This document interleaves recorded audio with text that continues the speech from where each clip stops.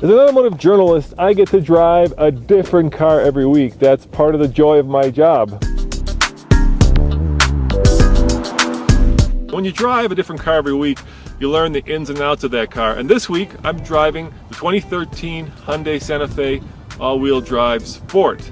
And boy, this car is surprising, especially the number 2 surprise. Coming up next on the Fast Lane Car.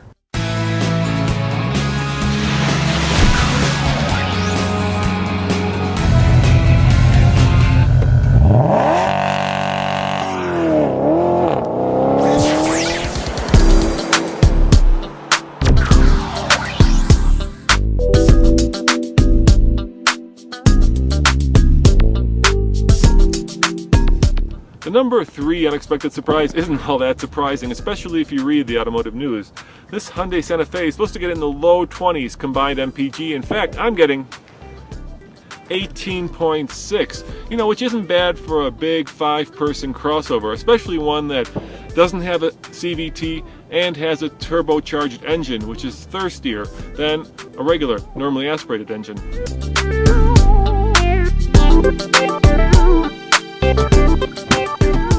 The number 2 surprise is this Microsoft-like hello and welcome to your Hyundai chime, which is appropriate for this technology-packed video. Anyway, the number 2 surprise for real is the size of the buttons that Hyundai has engineered in the car. For instance, these heated seat buttons, they're ginormous, and that's exactly what you want. You come in out of the cold, say you're skiing here in Colorado, your fingers are frozen, and you want those heated seats on. If you've got these little tiny buttons, hard to push, but these ginormous buttons, easy. Hyundai did a really good job in nailing just the right size for the control button.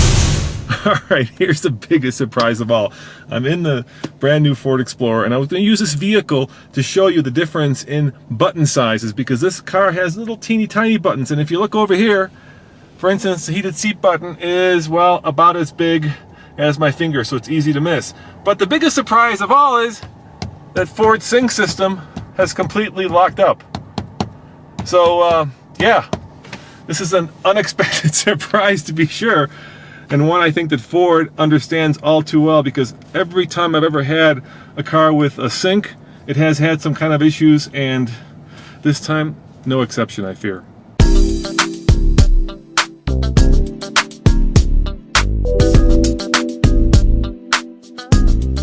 The number 1 unexpected surprise is this little Blue Link app that comes with, I guess, when you get the car. In fact, they gave me this iPhone to try it out. So what you can do is actually remote start the car, but before I can do that, I have to enter a password, which, let me see here, is Blue Link 2012. So let me put that in there.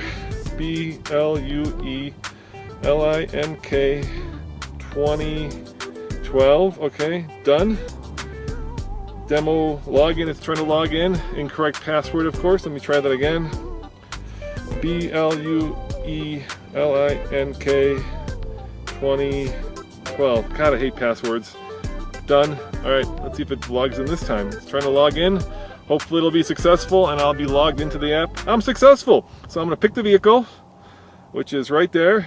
Alright, and one of the things I can do is I can remote start it with my little iPhone app. What a wonderful, oh, it needs an input, and the input pin is 1, 2, 3, 4. Okay, here we go.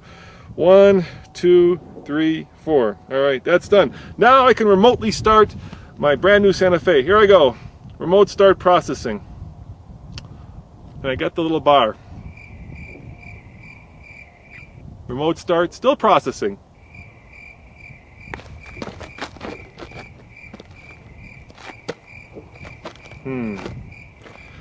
You know, there used to be an old joke that went something like this. When you bought a Ferrari or a Fiat, you needed a live-in Italian mechanic because, well, they always had issues. Feels like today, when you buy a car, you need a live-in IT guy or gal because obviously the technology that's built into these cars is not ready for prime time, at least not this afternoon. As always,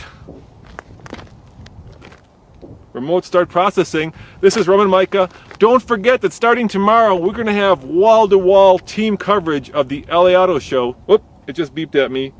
And it said, your vehicle did not start. Please try your request again. Well, I'm glad I got a text that my vehicle did not start, because obviously without the text I wouldn't have had a clue. All right, see you tomorrow. Take care. As always, this is Roman. Very frustrated with technology today.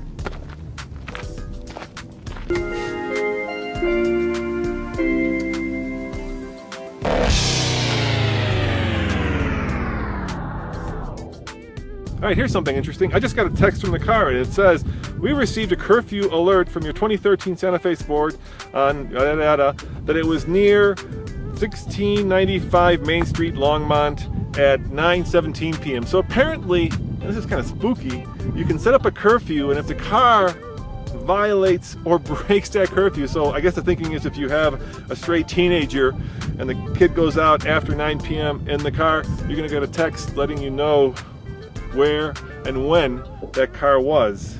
I'm not sure I like that. It's a little bit intrusive, don't you think?